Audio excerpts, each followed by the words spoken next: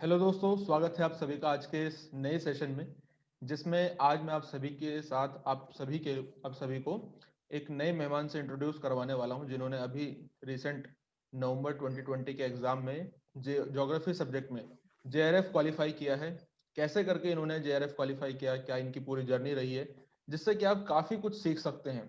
देखिए, मेरा ये जो पूरी सीरीज मैं चला रहा हूँ, जिसमें कि जितने भी यूजीसी नेट जेआरएफ एस्पिरेंट्स हैं, उनकी जर्नी को आप सभी के साथ साझा करने का मेन मोटो ये है कि आप उनसे कुछ बातें पिक कर पाएं, आप अपनी स्ट्रेटेजी को सही डायरेक्शन में ले पाएं। क्योंकि देखिए, मेहनत करना केवल ये सफिशिएंट नहीं होता है। इसका नाम ही कंपटीशन है। मैं आपसे बार बार कहता हूँ, ये कंपटीशन है। कंपटीशन में आपको हमेशा अपने आंख कान हमेशा खुले रखने, अपना दिमाग हमेशा खुले रखना है।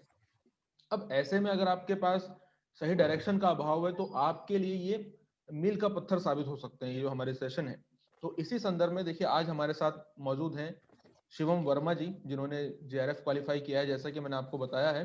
अभी इनसे पूरी बातें करेंगे, पूरा डिस्कशन करेंगे। सबसे पहले शिवम जी, आपका बहुत बहुत स्वागत है और आपको बहुत बहुत बधाइयाँ कि आपने जेआरएफ क्वालिफाई किया। बहुत बहुत धन्यवाद आपका, आपने हमें समय दिया। Thank you sir. तो सबसे पहले शिवम जी, आप अपने बारे में बताइए। Thank you sir. आप अपने बारे में बताइए, अपने थोड़ा अपने सर बैकग्राउंड के बारे में, मतलब कहाँ से आपने एजुकेशन किया है, कैसा रहा है, बताइए उसके बारे में थोड़ा। शुरुआत करते हैं धीरे धीरे। जी सर। सर मेरा नाम शिवम वर्मा है सर। मैंने इलाहाबाद विश्वविद्यालय से सर ग्रेजुएशन किया है सर। और उसके बाद मैं यहीं से मास्टर्स का छात्र हूँ ज्योग्राफी में सर। इस बार मैं थर्ड सेमेस्टर में था और मैंने जेआरएफ फर्स्ट अटेम्प्ट में क्वालिफाई किया। अरे वाह, एक फर्स्ट जी अटेम्प्ट में सर। जेआरएफ क्वालिफाई किया है, अभी थर्ड सेमेस्टर में आप पढ़ रहे हैं। बहुत शानदार, बहुत बढ़िया, वो भी इलाहाबाद यूनिवर्सिटी जी से। सर। ओके, तो शिवम जी, कब आपने स्टार्ट कर दिया जी था सर। प्रिपरेशन? प्रिपरेशन कब आपने स्टार्ट करी थी? सर इसकी प्रिपरेशन तो मैंने सर मार्च में स्टार्ट करी थी सर। उसके पहले सर ऐसा कोई प्लान नहीं था कि मुझे जेआरएफ देना है सर। क्योंकि मैं बीए में मेरा ज्योग्राफी और पोल साइंस और हिस्ट्री सब्जेक्ट था। तो जो मेरा झुकाव था वो पोल साइंस की तरफ ज़्यादा था सर। लेकिन आफ्टर सेकेंड ईयर मैंने थर्ड ईयर में चूज किया कि मुझे ज्योग्राफी से मास्टर्स करना है। और जब फर्स्ट सेमेस्टर में एडमिशन लिया तो फिर भाग दौड़ में मुझे ज़्यादा तैयारी नहीं हो पाई। लेकिन जब मैं सेकंड सेमेस्टर में गया तो मैंने सोचा कि मुझे जेआरएफ के बारे में होता है, बड़ी चीज़ है, रिसर्च स्कॉलर बनते हैं लोग। तो फिर सेकंड ईयर धीरे-धीरे बीता। सेकंड ईयर में सेकंड सेमेस्टर ही मैंने जो है तैयारी के लिए स्टार्ट करी। मैं किताबें वगैरह खरीदी, सबसे पहले ओके। सिलेबस देखा। ओके। और धीरे-धीरे कोरोना वायरस का प्रकोप शुरू हो गया और लॉकडाउन लग गया। फिर हम्म। मैंने टोटली जो है घर पे रह के ही तैयारी करी और क्वालीफाई किया था। अच्छा, मतलब आपने कोई कोचिंग नहीं जी सर। ली है, बिल्कुल सेल्फ स्टडी से आपने मार्च में स्टार्ट कर दिए थे, जी सर। 2020 में मार्च में आपने स्टार्ट कर हाँ। दी। और इस जी कोरोना सर, काल को इनिशियल। आपने बहुत ज़्यादा यूटिलाइज किया और अपना जेआरएफ अपने पहली जी बार में ही कंप्लीट कर लिया है। जी सर। तो जी मतलब सर। आपने लगभग मार्च से लेकर के नवंबर में एग्जाम हो गया है, लगभग आपने 7 से 8 जी महीने सर। प्रिपरेशन करी है। 7 से 8 महीने में जी आपने सर। पहली बार में ही क्वालिफाई कर लिया है। ये बहुत शानदार, जी सर। देखिए जब आप। जो जी जी, बताइए। हाँ, तो आपने इन 7 से 8 महीने में अपना पूरा क्वालिफाई कर लिया है। अच्छा, तो आपने जब आपने शुरुआत की, जी आपने सर। बात करी कि आपने मार्च में शुरुआत करी, उससे पहले आपका रुझान नहीं था ज्योग्राफी में। तो कैसे आपका ये रुझान बना, इसके बारे में जरा बताएं। जी नहीं सर। इसके बारे में सर बताइए। जब मैंने फर्स्ट सेमेस्टर में एडमिशन लिया सर। जी।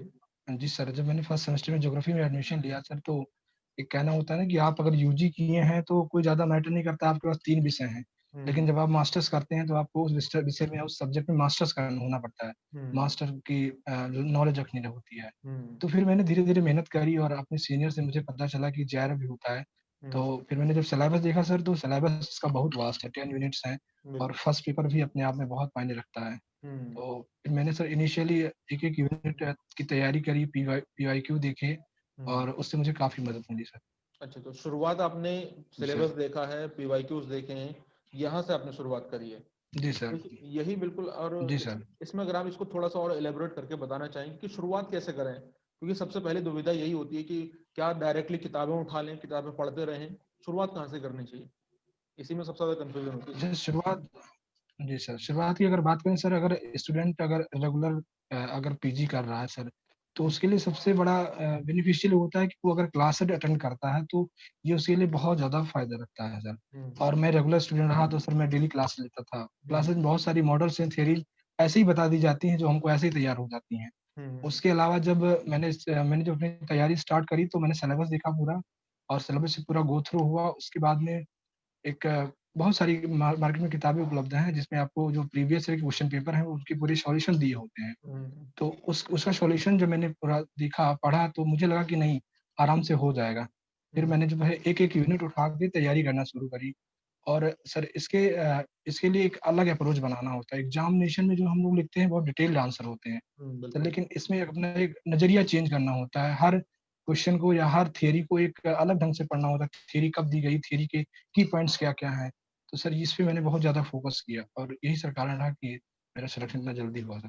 बिल्कुल सही कहा आपने, क्योंकि एग्जाम जब आप कर रहे हैं एकेडमिक्स में, आप लिख रहे हैं एग्जाम, वहाँ लिखना बिल्कुल टोटली जी अप्रोच सर। अलग है यहाँ पर। तो ये आप अप्रोच कैसे करके चेंज जी। होती है कि यहाँ पर ऑब्जेक्टिव एग्जाम है, यहाँ पर आप किसी, आपने कहा कि जैसे इसको थोड़ा एलोबरेट करना है कि क्या आपकी यहाँ पर अप्रोच रही है, इसको बारे में बताएं, क्योंकि स्टूडेंट जो है अभी आपके जैसे मास्टर्स कर रहे हैं तो इसी बात में कंफ्यूज रहते हैं कि जी कैसे सर। करके पढ़ तो ज्योग्राफी ही रहे हैं, इसमें अप्रोच कैसे अलग कर रहे हैं। तो यहाँ पर क्या अप्रोच हो, जी, एकेडमिक्स जी। में क्या अप्रोच हो, इसको बताइए। सर एकेडमिक्स में क्या होता है, जनरली लोग बड़ी-बड़ी थ्योरीज़ के पूरे आंसर लिखते हैं, उनका लिमिटेशन, क्रिटिसिज्म, इवैल्यूएशन सब करते आते हैं। हम्म लेकिन इसमें क्या है सर, अगर आप यूजीसी नेट जेआरएफ की तैयारी कर रहे हैं तो आपको आपका जो नोट्स होना चाहिए बहुत कंसाइज़ होना चाहिए। आपको हम्म हर चीज़ पे फोकस करना है और फैक्चुअल बेसिस फोकस करना है। हम्म तो जैसे कोई थ्योरी है तो थ्योरी कब दी गई, वो अगर किस एरिया पे, किस रीजन पे उस ज्योग्राफर ने काम किया है, हम्म उसके बाद में क्या-क्या उस इनके असम्पशन्स रहे हैं और हम्म की पॉइंट्स क्या-क्या रहे हैं, इन सब चीज़ों पे ज़्यादा फोकस करना है सर। हम्म मतलब हमें बहुत डिटेल स्टडी के अंदर नहीं जाना बिल्कुल, क्यों है। कई तो कई इस लोग। हम इन हाँ हाँ, जी जी बताइए। जी सर। अच्छा हाँ, देखिए कई लोग जी सर, तो अब हाँ हाँ ऐसे हाँ हाँ जी। ऐसे हम करके अपना अप्रोच चेंज कर सकते हैं, हाँ, डिटेल स्टडी में जाके। कई लोग सोचते हैं कि जेआरएफ पार करना मतलब कि विद्वान बनना होगा, ये कहाँ तक सही है। नहीं सर।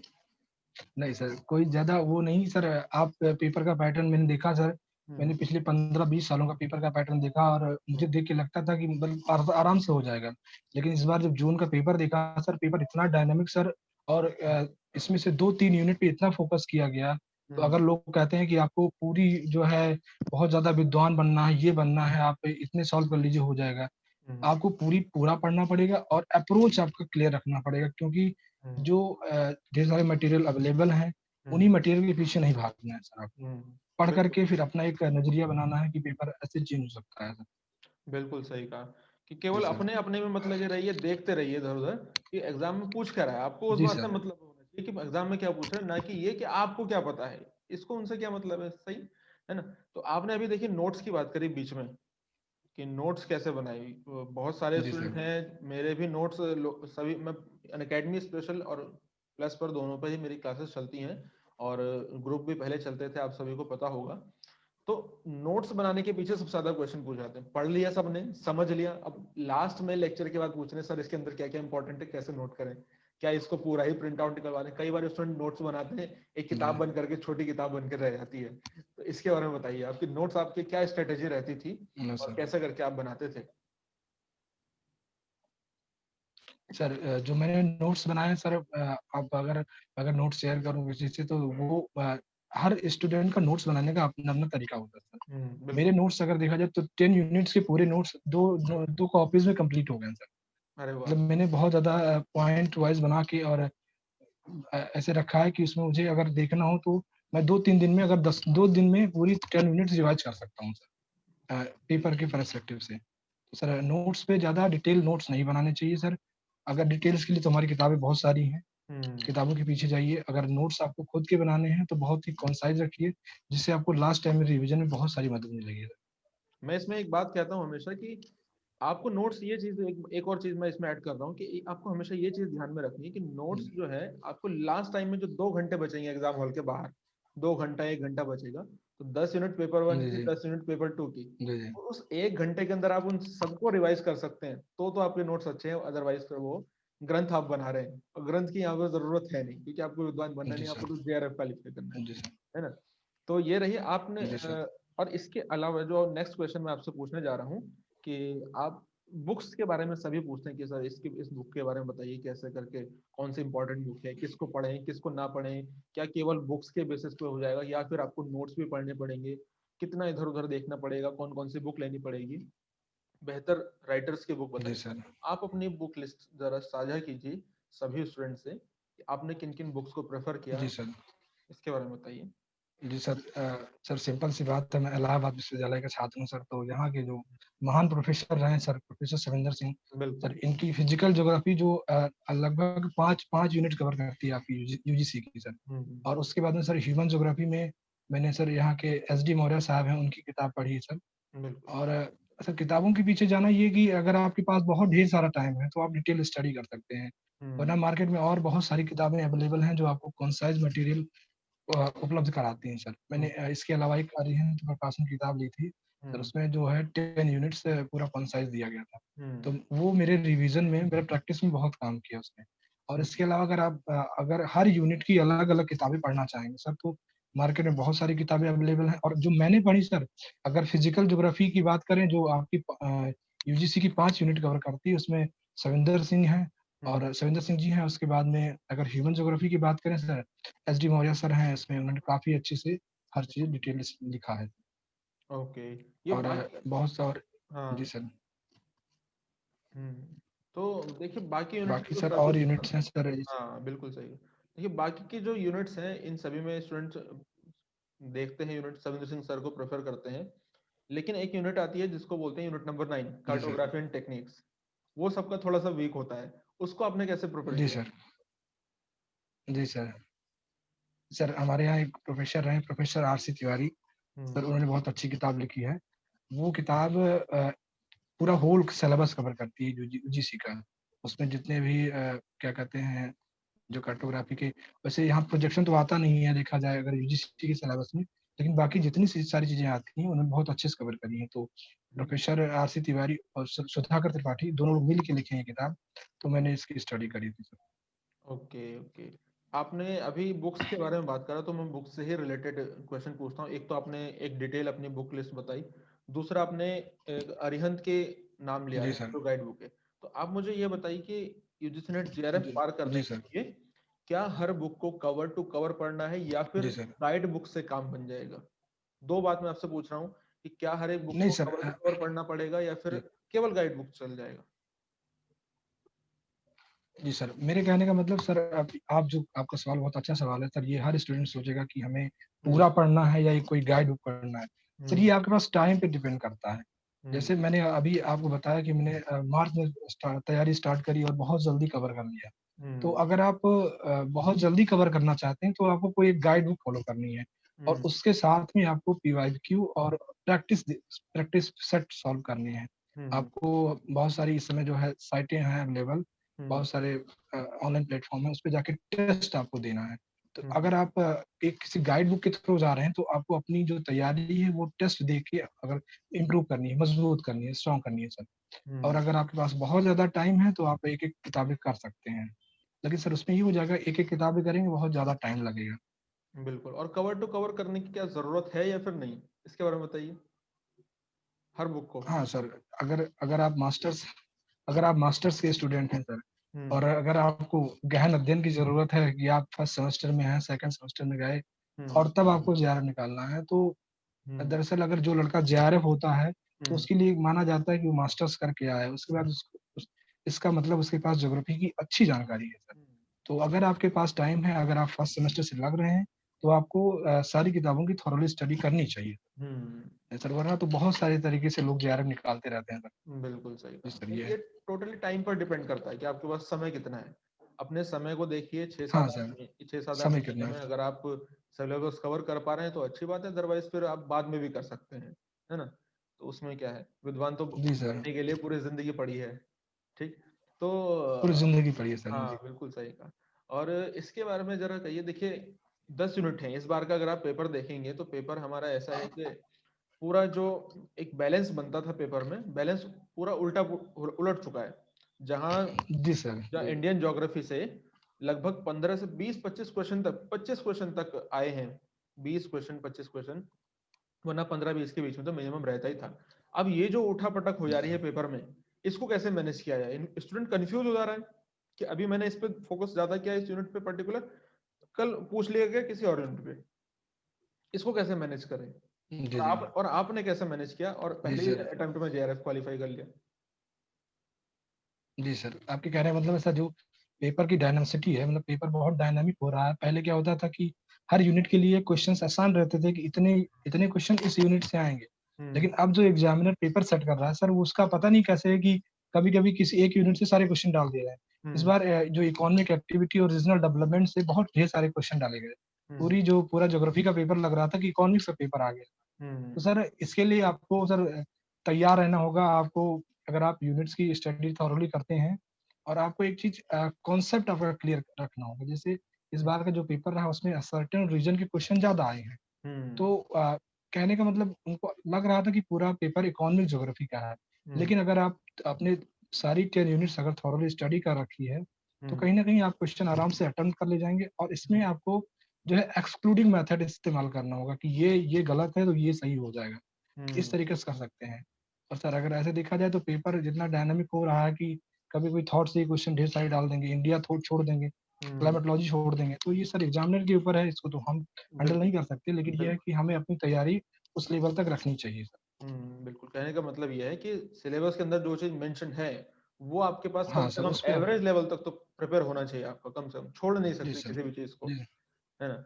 जी सर। अच्छा हाँ, तो इसी से रिलेटेड मैं आपसे एक सवाल पूछता हूँ कि आपने सभी को प्रिपेयर करने की बात करी, लेकिन इतना सारा कंटेंट हम इकट्ठा कर लेते हैं, नोट्स हमने खूब सारे बना लिए, आपसे भी मैंने नोट्स के बारे में बात करी, हमने बुक लिस्ट के बारे में जान जी लिया, सर। हम ऑनलाइन भी मटेरियल यूज कर रहे हैं।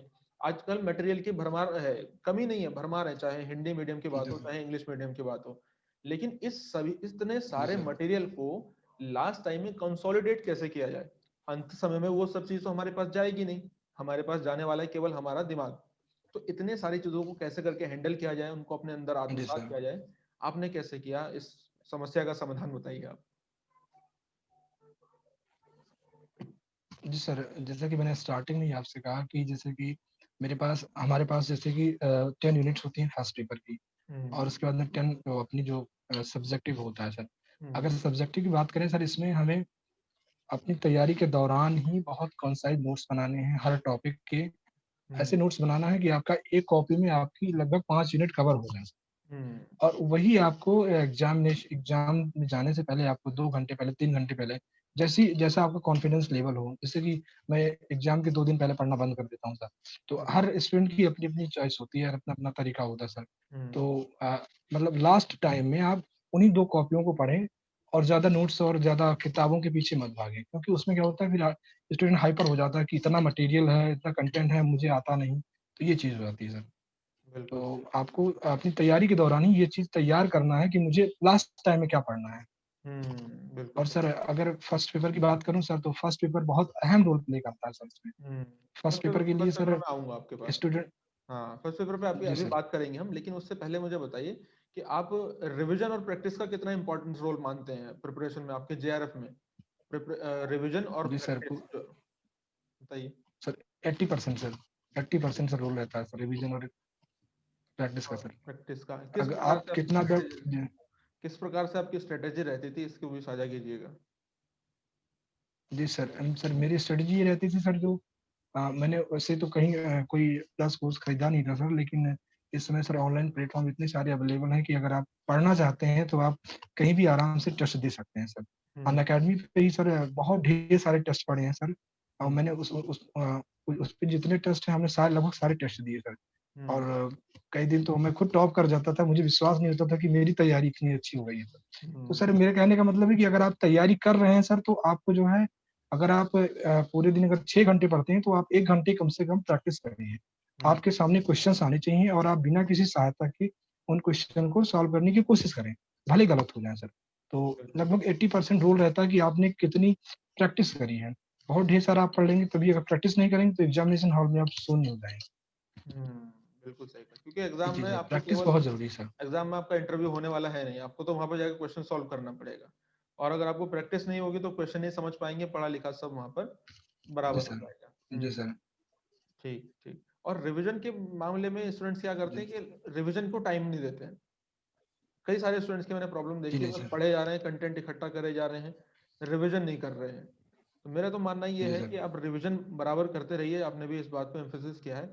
और जी रिवीजन सर। करने से आप लास्ट टाइम में क्या करते हैं, पैनिक नहीं होते हैं। वरना हम जी पैनिक होने सर। लगेंगे, आगे का हम पढ़ते जा रहे हैं, पीछे हम भूलते जा रहे हैं। क्या आपने कभी ये समस्या फेस की है, या फिर आपने कैसा इसका समाधान किया है? सर स्टार्टिंग में सर जब मैंने पहली बार पढ़ा था, उसके बाद में जून में पेपर होने वाला था, तो मुझे लगा कि मेरा हो नहीं पाएगा। हम्म, उसके बाद जब डेट एक्सटेंड हो गई तो फिर मुझे कॉन्फिडेंस आया कि नहीं, तो टाइम हो गया। फिर हम्म, मैंने कम से कम 3 बार रिवीजन किया सर।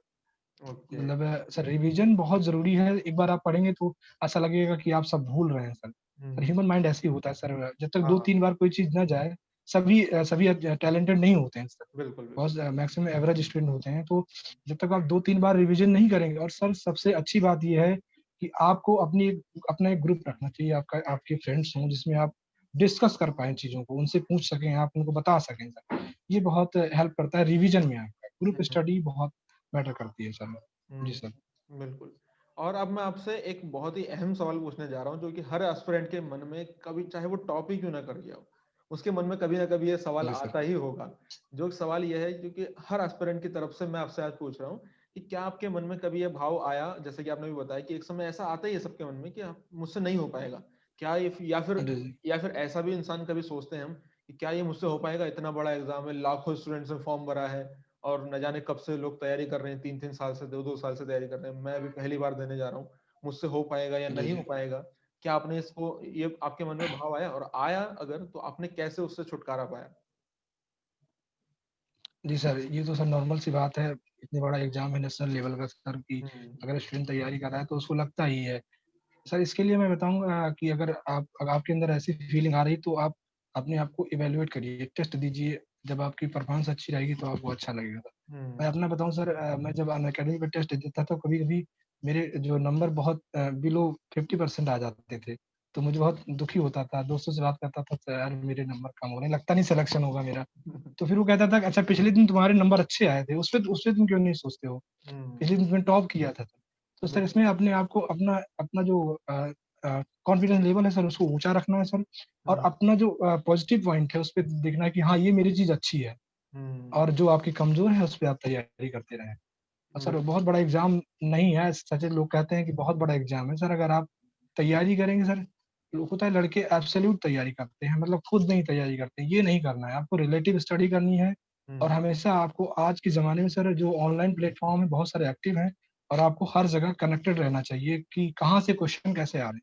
हम्म, क्योंकि एग्ज़ामिनेशन में हाल में जो आपका क्वेश्चन आता है वो एज़ इट इज़ क्वेश्चन नहीं आते हैं सर, वो नए-नए क्वेश्चन फ्रेम होके आते हैं, बट कॉन्सेप्ट वही रहता है सर। तो इस चीज़ के लिए आपको हमेशा नए-नए क्वेश्चन को फेस करना है, और उन्हें उन्हें सॉल्व करने की कोशिश करनी है, जिससे आपका कॉन्फिडेंस लेवल बढ़ेगा। बिल्कुल बिल्कुल। जी सर।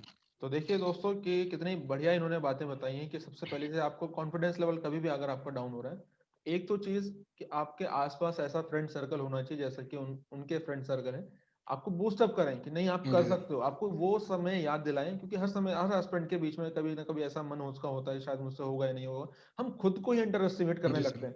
तो ऐसे हमारे आसपास, जी, जी।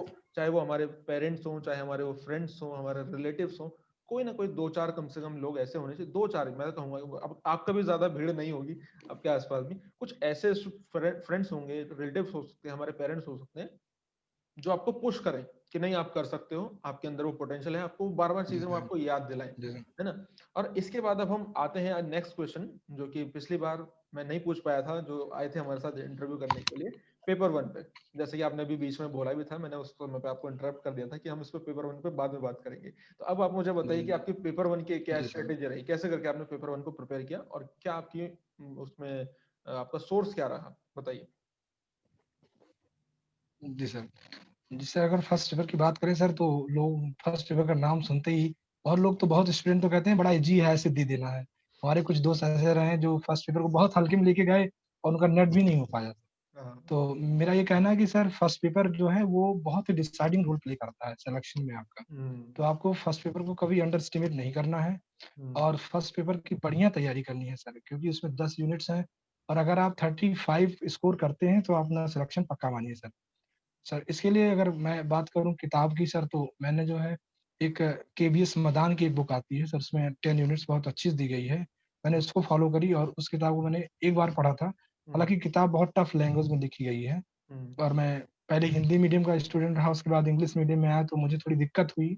सर लेकिन मैंने उसको एक किताब को एक बार अच्छे से पढ़ा, उसके बाद में मैंने फर्स्ट पेपर के लिए टोटली जो है ऑनलाइन प्लेटफ़ॉर्म में मैं डिपेंडेंट रहा सर। सर आपके अनअकैडमी प्लेटफ़ॉर्म पे ही सर एक कुमार भारत सर हैं, सर वो बहुत अच्छा पढ़ाते हैं। हुँ, उनके सारे वीडियो मैंने फ़ॉलो करे सर और उसने मेरी बहुत मदद करी उन वीडियोज़ ने सर। हुँ, और इसके साथ में फर्स्ट पेपर के लिए आपको प्रैक्टिस करना बहुत ज़रूरी है क्योंकि फर्स्ट पेपर में जो यूनिट्स हैं, उसमें कुछ ऐसी यूनिट्स हैं जो आपके अगर वो आप क्लियर कर लेंगे तो आपको नंबर पक्का देके जाएँगे।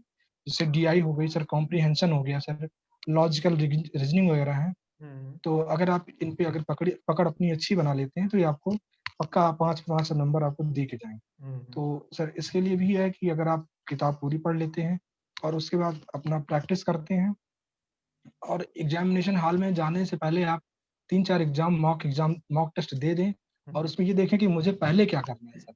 जैसे कि सर मैं जब टेस्ट देता था तो मैं सबसे पहले जो है फर्स्ट पेपर उठाता था सर।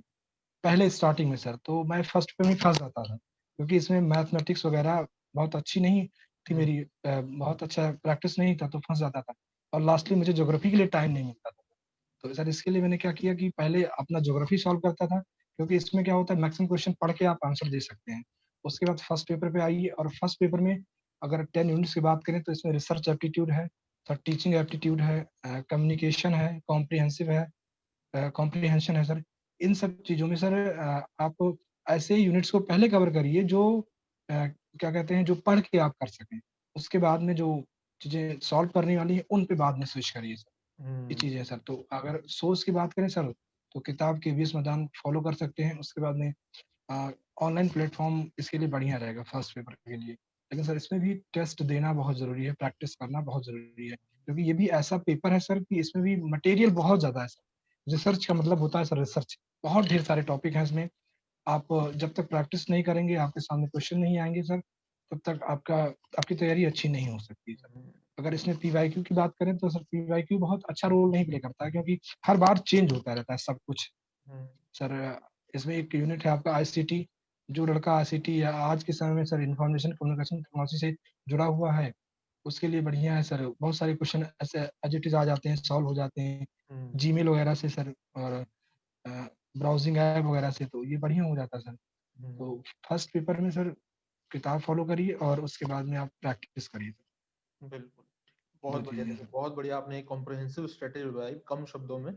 इसमें 2 चीज़ें 2 बातें मैं जी, आपसे सर। पूछना चाहूँगा कि पहली चीज़ तो ये कि आपने पेपर 1 में कई स्टूडेंट्स ऐसे होते हैं जिनका मैथ्स डीआई वगैरह वीक होता है। तो वो क्या जी, सर। वो पेपर 1 में अच्छा परफ़ॉर्म कर सकते हैं मैथ्स डीआई वाले? और दूसरी चीज़ ये कि जी, सर। पेपर 1 के जो नोट्स हैं, नोट्स को लेकर के आपकी क्या स्ट्रैटेजी रहती थी? इसके बारे में ज़रा बताइएगा। सर पेपर 1 के नोट्स तो सर हमने नहीं बनाए थे सबसे पहली बात सर। नोट्स के ऊपर हम कहने गए हमने किताबें पढ़ी सर जो सिलेबस था, उस सिलेबस के अकॉर्डिंग जो सर पॉइंट होते थे हमने वही नोट करे थे। वो भी लास्ट टाइम के लिए कि हम पॉइंट देख लेंगे कि अगर लॉजिकल रीज़निंग है तो इसमें स्क्वायर ऑफ अपोजिशन क्या है और सबअल्टरेशन क्या है, ये सब चीज़ें देखने के लिए मैंने लास्ट टाइम में बनाए थे। तो सर आपने बात करी कि जो डीआई जिनकी अच्छी नहीं है सर। हुँ, सर मैं बात करूँ तो डीआई सर इतनी टफ नहीं आती, लोगों को टफ लगती है। मुझे भी पहले टफ लगती थी क्या कहते हैं तैयारी के दौरान सर। अगर आपका जोड़-घटाव, गुणा-भाग अगर बहुत अच्छा है, अगर नहीं भी अच्छा है तो आप कर लीजिए। अगर इतना आपको आता है तो डीआई आप आराम से पढ़िए और बहुत लास्ट टाइम में इसको करिए जब आपके पास टाइम ज़्यादा हो और आराम से आप कर ले जाएँगे सर। हुँ। और उसके अलावा सर अगर आप बाकी यूनिट्स अगर अच्छे से रखते हैं तो इसमें आपको 35 अगर आप ले आते हैं, तो आपका सिलेक्शन पक्का है। बिल्कुल सही कहा।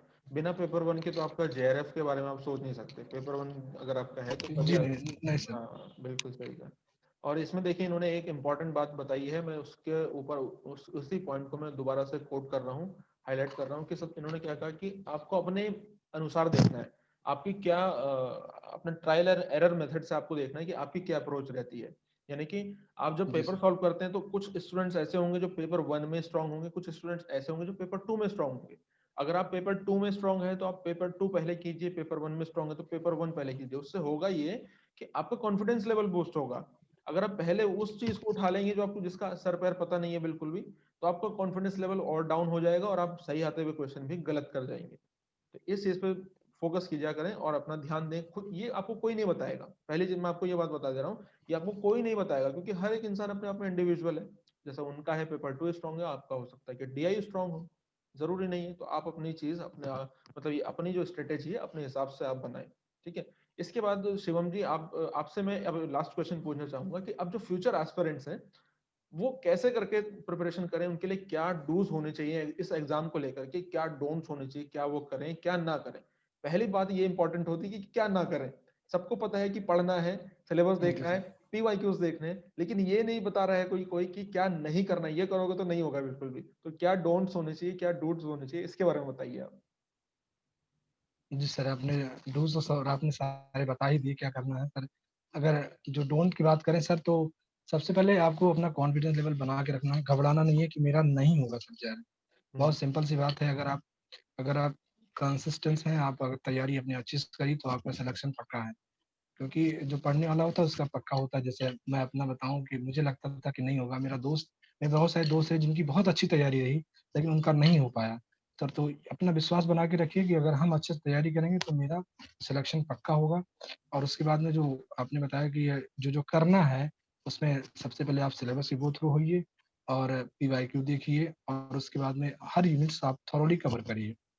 और हो सके तो आप कोई गाइड बुक इस्तेमाल करिए जिससे बहुत कम टाइम में आपका पूरा सिलेबस कवर हो जाए। उसके बाद आपका जो मैक्सिमम आपने तैयारी करी है वो प्रैक्टिस बेस पे तैयारी करिए सर। हम्म। क्योंकि जो पेपर का पैटर्न है वो MCQ टाइप है, और आप जितने ज़्यादा क्वेश्चन आप सॉल्व करेंगे, नॉलेज आपकी उतनी ज़्यादा बूस्ट होगी सर। बिल्कुल। बहुत ढेर सारा पढ़ लेंगे तो उससे आप भूल जाएंगे आप सब। हम्म। जी सर। बहुत बढ़िया शिवम जी, आपने बहुत अच्छे तरीके से एस्पिरेंट्स को गाइड किया। आई होप कि मैं जो ये वीडियो देख रहे हैं, जो देखेंगे अब इसको, तो आपको कुछ ना कुछ आपको इससे जरूर हेल्प मिली होगी और आपके जो क्वेश्चंस हैं अपने माध्यम से शिवम जी से पूछ पाया हूँ। अगर कोई भी क्वेश्चन अगर रह गया है तो आप अपनी क्वेरी मुझे कमेंट बॉक्स में लिख सकते हैं। अब जब नेक्स्ट हम किसी से आएंगे तो उनसे जरूर पूछेंगे। और इसी तरीके से अगर आप अपनी एक्सपीरियंस को हमारे साथ साझा करना चाहते हैं तो आप मुझे कमेंट सेक्शन में बता सकते हैं और हम आपका एक्सपीरियंस जरूर सब तक पहुंचाएंगे। शिवम जी, आपका बहुत बहुत धन्यवाद कि आपने हमारे लिए समय निकाला और आपके उज्जवल भविष्य थैंक की यू सर। अभी उज्जवल भविष्य की हम कामना करते हैं कि आप बहुत आगे जाएं रिसर्च की फील्ड में। अब जाहिर सी बात है, अब आप रिसर्च में जाना चाहेंगे और एकेडमिक्स में जाना चाहेंगे, तो आप इसमें बहुत आगे जाएं, नाम कमाएं और जी उज्जवल सर। आपका भविष्य हो। बहुत जी बहुत सर। धन्यवाद। Thank you.